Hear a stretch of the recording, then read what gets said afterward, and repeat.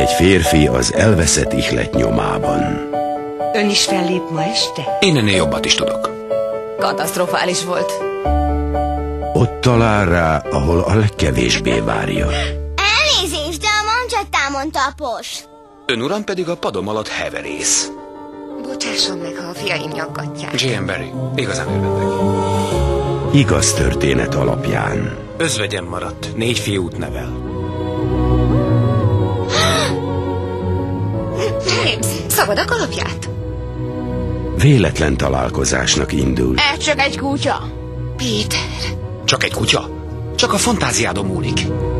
Ám örökre megváltoztatja az életüket.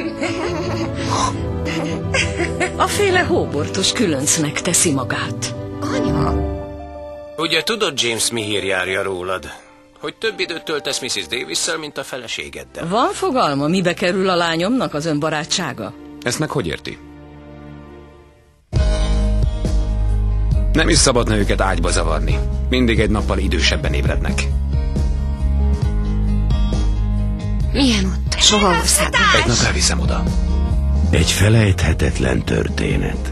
A legjobb, amit valaha is írtál. És aki a legenda mögött áll. Egy kisfiú, aki örökké gyerek marad. Zseniális. Ahová mindig is vágyott. Íme, soha ország. Hát beteg? Mr. Barrie, nem hinném, hogy tartozunk önnek mindenről beszámolni a háztartásban. Kell, hogy tovább játsszam veled.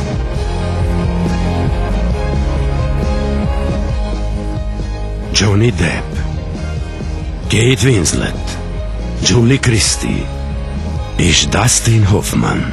Soha országba beléphetsz, amikor csak akarsz. Hogyan? Csak higgy benne. Én Pán Péter.